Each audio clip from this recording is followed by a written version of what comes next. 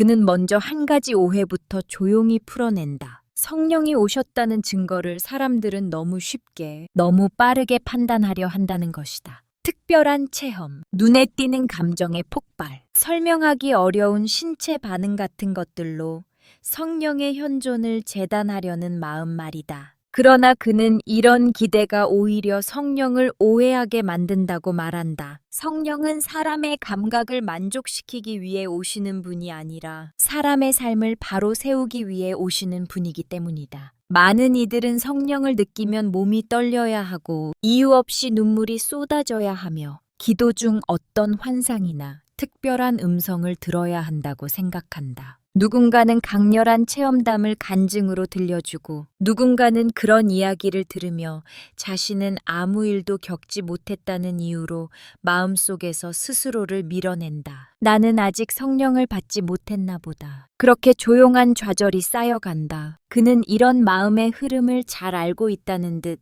고개를 천천히 저으며 말을 잇는다. 성령은 사람을 흔들기보다 사람을 바로 세우시는 분이라고. 감정을 뒤흔들어 놓고 지나가는 바람이 아니라 무너진 중심을 다시 세워주시는 숨결이라고. 그래서 성령의 일하심은 대부분 격렬하지 않고 눈에 잘 띄지 않으며 오히려 너무 조용해서 우리가 알아차리지 못한 채 지나치기 쉽다고 그는 말한다. 성령은 밖에서 소란스럽게 드러나기보다 사람의 안쪽에서 자리를 잡으신다. 마음의 가장 깊은 곳, 스스로도 잘 들여다보지 않는 자리에서 천천히 그러나 분명하게 머무르신다. 그래서 성령의 현존은 박수와 환호 속에서보다 침묵과 일상 속에서 더 자주 드러난다. 아무 일도 일어나지 않는 것처럼 보이는 하루, 늘 반복되는 일상, 변한 것이 없어 보이는 현실 속에서 성령은 이미 일하고 계신다. 그는 강조한다. 성령이 오셨는지는 느낌으로 증명되지 않는다고. 감정은 변할 수 있고, 체험은 사라질 수 있으며, 기억은 흐려질 수 있다. 그러나 삶은 거짓말을 하지 않는다. 방향이 바뀌고 태도가 달라지고 선택의 기준이 조금씩 옮겨질 때 그 변화의 흐름 안에서 성령의 발자취가 남는다고 그는 말한다. 그래서 오늘 그는 성령님이 당신 몸에 오셨다는 아주 조용하지만 분명한 4가지 신호를 이야기하려 한다. 이 신호들은 하늘에서 번개처럼 떨어지는 것이 아니며 갑자기 나타나 모든 것을 뒤집어 놓는 사건도 아니다. 오히려 너무 일상적이어서 너무 평범해서 신앙이 없는 사람도 경험할 수 있을 것처럼 보이는 변화들이다. 그러나 바로 그 지점에 성령의 깊은 신비가 숨어 있다고 그는 말한다. 이 신호들은 대단한 사람들에게만 주어지는 표지가 아니다. 특별한 직분을 가진 사람, 오랜 신앙 경력을 가진 사람, 남들 앞에서 신앙을 잘 드러내는 사람에게만 나타나는 것도 아니다. 오히려 말없이 하루를 버텨내는 사람, 자신의 믿음이 작다고 느끼는 사람, 기도가 잘 되지 않는다고 고백하는 사람에게서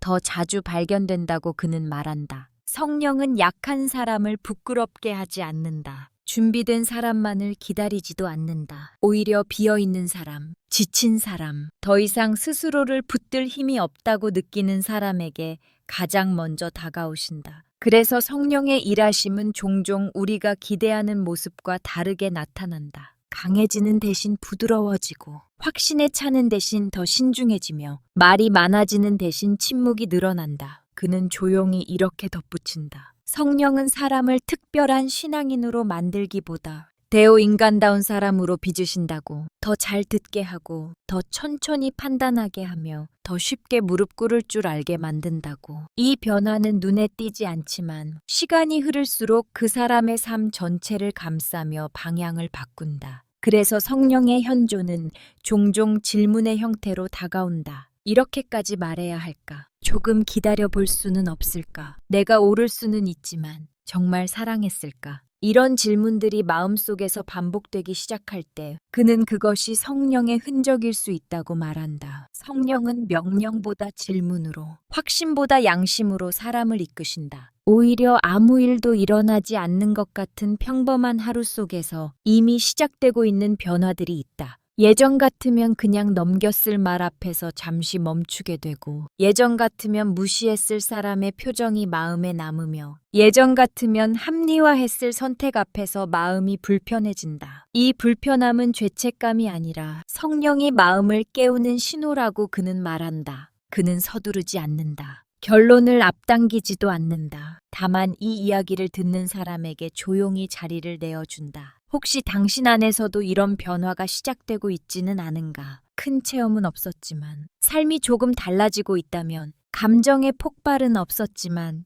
선택의 기준이 달라지고 있다면, 그것이 바로 성령의 일하심일 수 있다고 그는 말한다. 성령은 소리 없이 오신다. 그리고 소리 없이 머무르신다. 그러나 그 조용함은 결코 약함이 아니다. 오히려 가장 깊고, 가장 오래가며 가장 확실한 힘이다. 이 글을 읽는 그 사람의 마음 안에서도 이미 성령은 설명 없이, 증명 없이 조용히 일하고 계실지도 모른다. 그리고 바로 그 지점에서 모든 이야기는 다시 시작된다. 그는 첫 번째 신호를 이렇게 풀어간다. 성령이 오시면 사람은 더 대담해지거나 더 강해지는 존재가 되기보다 먼저 멈출 줄 아는 사람이 된다고 말한다. 세상은 늘 용기를 요구하고 즉각적인 반응을 칭찬하며 빠른 판단을 능력으로 여긴다. 그래서 사람들은 두려움이 올라오는 순간 말로 방어하고, 분노가 치밀면 감정으로 밀어붙이며, 불안이 스며들면 성급한 결정으로 스스로를 보호하려 한다. 예전에 그 사람도 그랬을 것이다. 걱정이 마음을 건드리는 순간 입이 먼저 열렸고, 분노가 심장을 자극하는 순간 표정이 먼저 굳어졌으며, 불안이 발걸음을 재촉할 때 판단은 늘 서둘렀다. 그러나 그는 말한다. 성령이 오시는 순간 이 익숙한 흐름이 아주 조금, 그러나 분명하게 바뀐다고. 어느 날부터인가 그 사람 안에 아주 짧은 멈춤이 생긴다. 길지도 않고 눈에 띄지도 않는 멈춤이다. 화가 치밀어 오르기 직전, 숨을 한번 고르게 되는 순간이다. 상대의 말이 가시처럼 꽂히기 직전, 입술을 다물고 마음을 살피는 찰나다. 두려움이 선택을 밀어붙이기 직전, 한 발 물러서서 상황을 바라보는 그 짧은 틈이다. 그는 이 멈춤을 우연이나 성격의 변화로 설명하지 않는다. 오히려 이 멈춤이야말로 성령이 사람 안에 자리를 잡았다는 가장 분명한 표지라고 말한다. 성령은 소리를 크게 내지 않는다. 경고음처럼 울리지도 않고 사이렌처럼 사람을 흔들지도 않는다. 대신 성령은 사람의 속도를 낮춘다. 마음이 폭주하지 않도록, 감정이 방향을 잃지 않도록, 선택이 두려움에 납치되지 않도록 아주 조용히 붙들어 주신다. 그래서 성령의 현존은 종종 아무 일도 일어나지 않은 것처럼 보이는 순간으로 나타난다. 화를 낼 수도 있었지만 내지 않은 순간, 말로 상처 줄 수도 있었지만 침묵을 선택한 순간, 불안에 떠밀려 결정할 수도 있었지만 하루를 더 기다린 순간 말이다. 그는 단호하게 말한다. 성령은 문제를 즉시 없애주지 않는다고. 오히려 많은 사람들은 성령이 오시면 문제가 사라질 것이라 기대하지만, 성령은 문제를 지워주기보다 사람을 지켜주신다고. 상황은 그대로일 수 있다. 갈등은 여전히 남아있고 불안의 원인도 사라지지 않았을 수 있다. 그러나 그 사람은 예전처럼 무너지지 않는다. 문제 앞에서 자신을 잃지 않고 감정에 휩쓸리지 않으며 두려움에 끌려가지 않는다. 바로 그 지점에서 성령은 일하고 계신다. 그래서 성령이 오신 사람은 두려움이 없어지는 사람이 아니다. 그는 이 점을 여러 번 강조한다. 두려움은 인간에게서 사라지지 않는다. 믿음이 깊어져도, 기도가 길어져도, 책임이 커질수록 두려움은 다른 얼굴로 찾아온다. 그러나 성령이 오신 사람은 두려움에 지배당하지 않는 사람이 된다. 두려움이 말을 대신하지 못하게 하고, 두려움이 결정을 대신하지 못하게 하며, 두려움이 관계를 망치지 못하게 막아주신다. 이 변화는 매우 작아 보인다. 눈물도 없고 감동적인 고백도 없으며 주변 사람들이 알아차릴 만한 극적인 장면도 없다. 오히려 너무 사소해서 스스로도 대수롭지 않게 넘길 수 있다. 그냥 오늘은 기분이 좀 가라앉았나 보다. 나이가 들면서 성격이 바뀐 걸까? 그렇게 설명해 버릴 수도 있다. 그러나 그는 말한다. 바로 이 작아 보이는 변화가 삶의 방향을 바꾸는 가장 중요한 시작이라고. 멈출 수 있는 사람은 선택할 수 있는 사람이 된다. 즉각 반응하지 않는 사람은 책임 있게 응답할 수 있는 사람이 된다. 성령은 사람을 수동적으로 만들지 않는다. 오히려 더 깊이 선택하게 만든다. 본능이 아니라 양심으로, 충동이 아니라 사랑으로, 두려움이 아니라 신뢰로 움직이게 한다. 이 모든 것은 그 짧은 멈춤에서 시작된다. 그는 조용히 청중을 바라보듯 말한다. 혹시 요즘 당신 안에도 이런 멈춤이 생기지 않았는지, 예전 같으면 참지 못했을 상황에서 한 번 더 숨을 고른 적은 없는지, 말하지 않아도 될 말을 삼킨 적은 없는지, 불안한 결정 앞에서 하루를 더 기다려 본 적은 없는지, 만약 그렇다면 그것이 바로 성령의 첫 번째 신호일 수 있다고. 성령은 사람을 영웅으로 만들지 않는다. 대신 사람을 무너지지 않게 만든다. 세상은 여전히 거칠고 현실은 여전히 버겁지만 그 안에서 자신을 잃지 않고 서 있을 수 있게 만든다. 이 멈춤은 도피가 아니며 약함의 표시도 아니다. 오히려 가장 깊은 용기의 형태라고 그는 말한다. 즉시 반응하지 않을 용기, 감정에 휘둘리지 않을 용기, 두려움보다 하느님의 숨결을 먼저 선택할 용기 말이다. 말은 여기서 잠시 멈춘다. 그러나 이 멈춤처럼 성령의 일하심은 지금 이 순간에도 조용히 계속되고 있다. 눈에 띄지 않게, 그러나 분명하게 한 사람의 삶을 안쪽에서부터 다시 세워가고 있다. 그는 두 번째 신호를 조금 더 깊은 곳에서 찾는다. 겉으로 드러나는 행동이나 말의 변화가 아니라 사람이 자기 자신을 바라보는 시선이 어떻게 달라지는가를 살핀다. 성령이 오시면 사람은 더 완벽해지는 존재가 아니라 자기 자신에게 정직해지기 시작한다고 그는 말한다. 흠이 사라지는 것이 아니라 흠을 숨기지 않게 되는 변화. 그것이 성령의 두 번째 신호라고 조용히 설명한다. 예전에 그 사람은 모든 선택에 이유를 붙였다. 결과가 좋지 않으면 상황을 탓했고,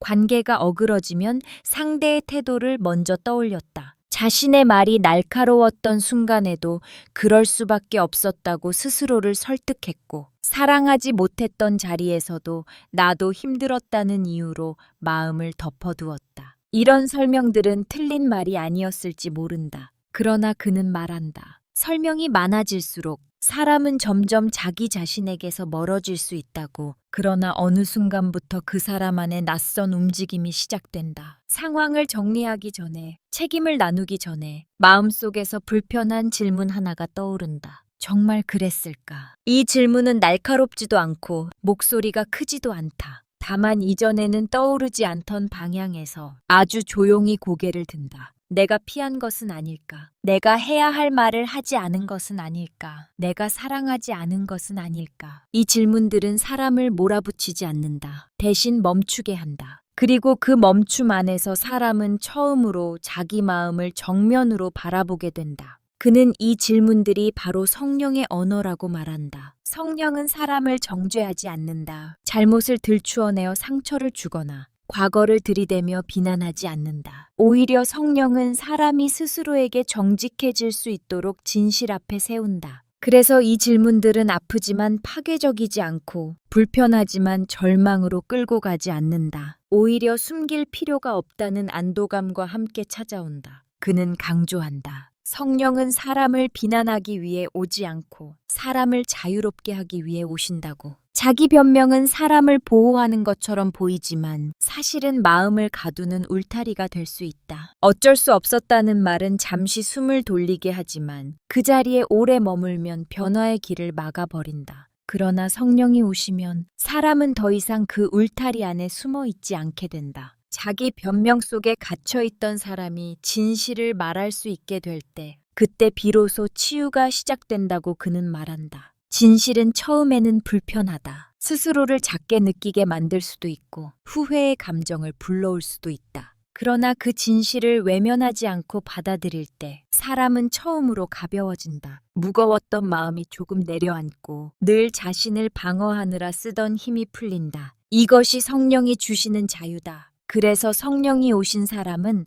다른 사람을 더 쉽게 판단하지 않게 된다. 자기 안에서 진실을 마주한 사람은 타인의 부족함 앞에서도 함부로 말하지 않는다. 나도 그럴 수 있다는 인식이 마음에 자리 잡기 때문이다. 이는 상대를 정당화하는 것이 아니라 자신을 과대평가하지 않게 만드는 은총이다. 그 사람은 점점 말수가 줄어들고 단정적인 표현을 삼키며 판단보다 이해를 먼저 선택하게 된다. 동시에 성령이 오신 사람은 자기 자신을 더 깊이 바라보게 된다. 자기 혐오나 과도한 반성이 아니라 있는 그대로의 자신을 하느님 앞에 세워보는 용기가 생긴다. 잘한 것은 잘한 대로 인정하고 부족한 것은 부족한 대로 숨기지 않는다. 그는 말한다. 이것이 회개의 본질이라고. 울부짖는 고백이나 눈물의 장면이 아니라 더 이상 자신을 속이지 않는 태도 말이다. 이 변화는 외부에서 잘 보이지 않는다. 그러나 삶의 여러 순간에서 드러난다. 같은 실수를 반복했을 때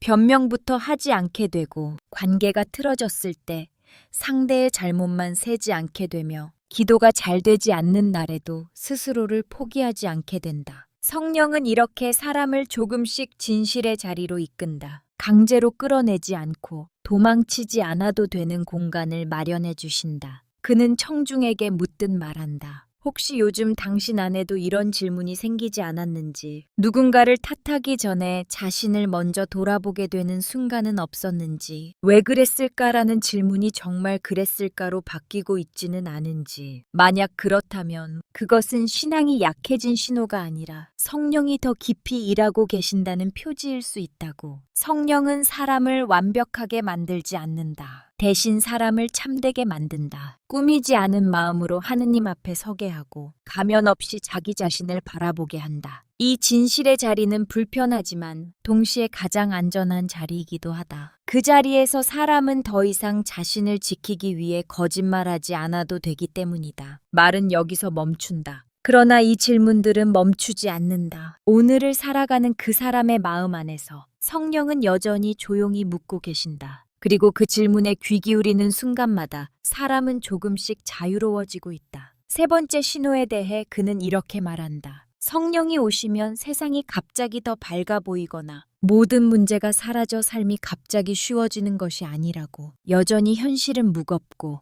관계는 복잡하며 하루하루의 책임은 그대로 남아있다고 그는 말한다. 그러나 분명히 달라지는 것이 하나 있는데 그것은 바로 사람이 보이는 방식이라고. 성령이 오시면 세상이 달라지는 것이 아니라 사람을 바라보는 눈이 달라지기 시작한다고 그는 조용히 설명한다. 이전에 그 사람은 늘 일의 성과를 먼저 보았다. 무엇을 얼마나 해냈는지, 결과가 기대에 부합하는지, 효율적으로 처리되었는지가 판단의 기준이었다. 사람은 종종 결과를 통해 평가되었고 실수는 곧 능력의 부족으로 연결되었다. 그 사람 자신도 그렇게 살아왔다. 일을 잘해야 인정받을 수 있다고 믿었고 빠르고 정확해야 옳다고 여겼다. 그래서 관계에서도 무의식적으로 성과의 잣대를 들이밀었다. 누군가가 느리면 답답했고 실수가 반복되면 마음이 다쳤다. 옳고 그름을 분명히 가르는 것이 책임이라고 생각했다.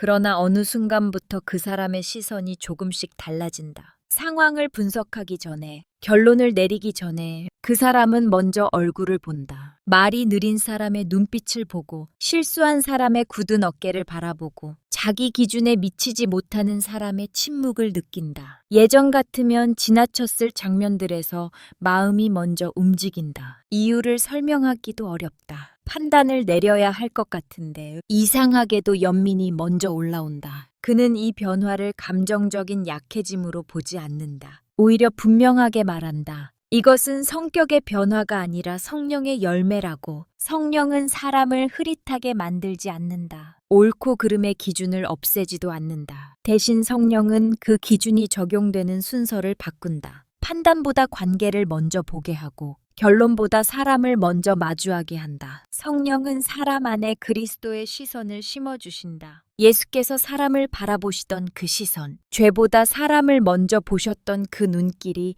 마음 안에 자리 잡기 시작한다. 그래서 성령이 오신 사람은 잘못을 모르는 사람이 아니라 잘못을 말하기 전에 그 사람의 아픔을 먼저 느끼는 사람이 된다. 옳음을 포기하는 것이 아니라 사랑 없이 옳음을 주장하지 않게 된다. 이 변화는 종종 스스로도 혼란스럽게 만든다. 예전 같으면 분명히 지적했을 상황에서 말이 막히고 분명히 옳다고 생각했던 기준 앞에서 마음이 망설인다. 그는 이것을 기준이 무너진 상태로 보지 않는다. 오히려 기준이 더 깊어지는 과정이라고 말한다. 성령은 기준을 약하게 만들지 않는다. 대신 기준을 사람의 생명 쪽으로 이동시킨다. 그래서 성령이 오신 사람은 점점 덜 단정적으로 말한다. 항상 그렇다거나 원래 그런 사람이다라는 표현이 줄어든다. 그 자리에 그럴 수도 있겠다. 무슨 사정이 있었을까라는 말이 들어선다. 이는 책임을 회피하는 태도가 아니라 사람을 단순화하지 않으려는 노력이다. 성령은 사람을 하나의 결과로 축소하지 않고 하나의 이야기로 바라보게 하신다. 그는 강조한다. 성령의 열매는 감정의 풍부함이 아니라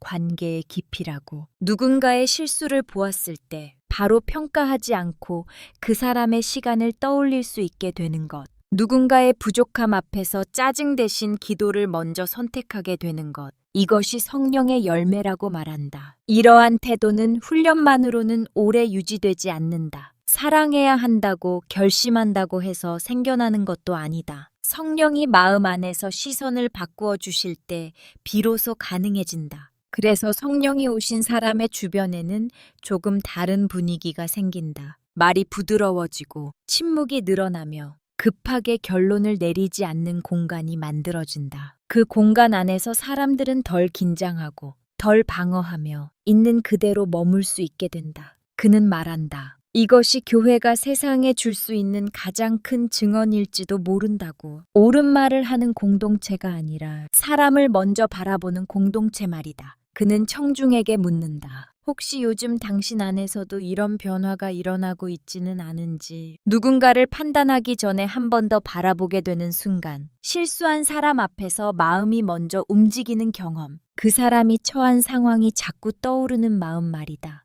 만약 그렇다면 그것은 당신이 약해졌다는 증거가 아니라 성령의 시선이 당신 안에 자리 잡고 있다는 신호일 수 있다고 그는 말한다. 성령은 세상을 흐릿하게 보게 하지 않는다. 오히려 세상을 더 정확하게 보게 한다. 결과만이 아니라 사람을, 성공만이 아니라 아픔을, 올흠만이 아니라 사랑을 함께 보게 한다. 그리고 그 시선 안에서 사람은 조금씩 그리스도를 닮아간다. 말은 여기서 멈춘다. 그러나 사람을 바라보는 그 시선은 멈추지 않는다. 오늘도 성령은 조용히 그러나 분명하게 한 사람의 눈을 통해 또 다른 사람을 바라보고 계신다. 그는 끝에서 이렇게 정리한다. 성령이 오셨다는 증거는 특별한 체험의 유무가 아니라 지금 이 사람의 삶이 어느 방향으로 움직이고 있는가에 달려 있다고. 어떤 날의 감정이 얼마나 강했는지, 어떤 순간에 눈물이 얼마나 흘렀는지가 아니라 시간이 흐르면서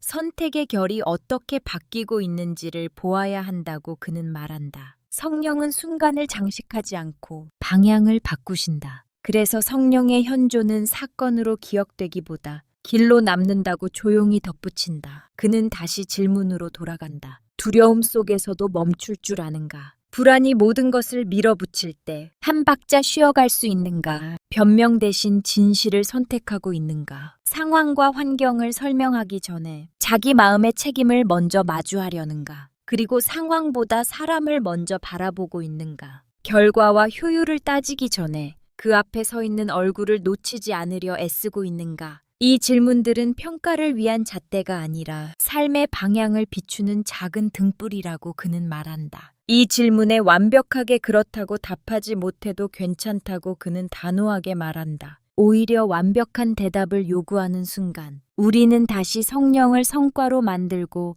체험으로 환원시킬 위험에 빠진다. 성령은 완성된 사람에게 오시는 분이 아니라 여전히 길 위에 있는 사람과 동행하시는 분이다. 그러므로 중요한 것은 점수처럼 매길 수 있는 대답이 아니라 이미 그 질문이 마음 안에서 시작되었다는 사실이라고 그는 강조한다. 질문이 시작되었다는 것은 방향이 바뀌고 있다는 뜻이다. 질문은 사람을 멈추게 하고 멈춤은 사람을 돌아보게 하며 돌아봄은 선택을 바꾼다. 성령은 이 과정을 억지로 재촉하지 않는다. 소리 없이, 눈에 띄지 않게, 그러나 포기하지 않고 함께 걸으신다. 그래서 성령의 일하심은 언제나 조용하다. 그 조용함 때문에 우리는 종종 놓치지만 그 조용함 덕분에 삶은 오래 바뀐다. 그는 말한다. 성령은 소리 없이 오시고 눈에 띄지 않게 머무르시며 삶의 방향을 조용히 바꾸신다고. 어느 날 갑자기 모든 것이 달라지는 것이 아니라 같은 하루를 살아도 중심이 달라진다. 같은 문제를 만나도 반응이 달라지고 같은 사람을 보아도 시선이 달라진다. 이 변화는 대단해 보이지 않는다. 오히려 너무 평범해서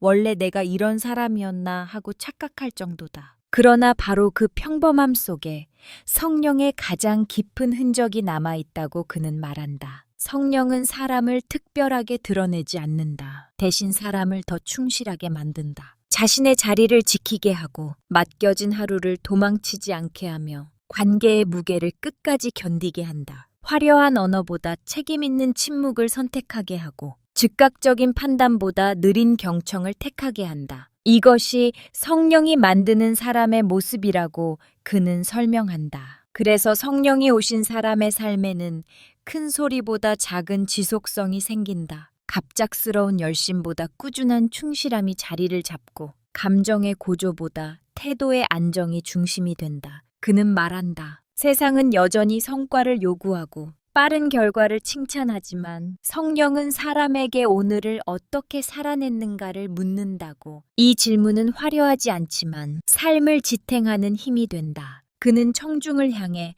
마지막으로 이렇게 말하듯 정리한다. 혹시 지금 이 글을 읽는 그 사람의 하루가 아주 조금 달라지고 있다면 그것으로 충분하다고. 여전히 두렵고 여전히 흔들리지만 예전보다 덜 서두르고 덜 변명하며 덜 판단하고 있다면 그것이 바로 성령의 발걸음일 수 있다고. 성령은 결과를 요구하지 않는다. 방향을 함께 잡아주실 뿐이다. 말은 여기서 멈춘다. 그는 더 이상 설명을 덧붙이지 않는다. 성령에 대해 더 많은 정의를 내리지도 않고 더 확실한 증거를 요구하지도 않는다. 왜냐하면 성령은 설명으로 붙잡히는 분이 아니라 함께 살아내며 알아가는 분이기 때문이다. 그래서 말이 멈추는 자리에서 삶이 다시 시작된다. 그러나 이 글을 읽는 그 사람의 하루 안에서 성령의 일하심은 이미 다시 시작되고 있다. 눈에 띄지 않게, 소리 없이, 그러나 분명하게 오늘의 선택 하나, 오늘의 멈춤 하나, 오늘의 시선 하나 안에서 성령은 조용히 길을 내고 계신다. 그리고 그 길 위에서 그 사람은 조금씩, 그러나 확실하게 다른 방향으로 걸어가고 있다.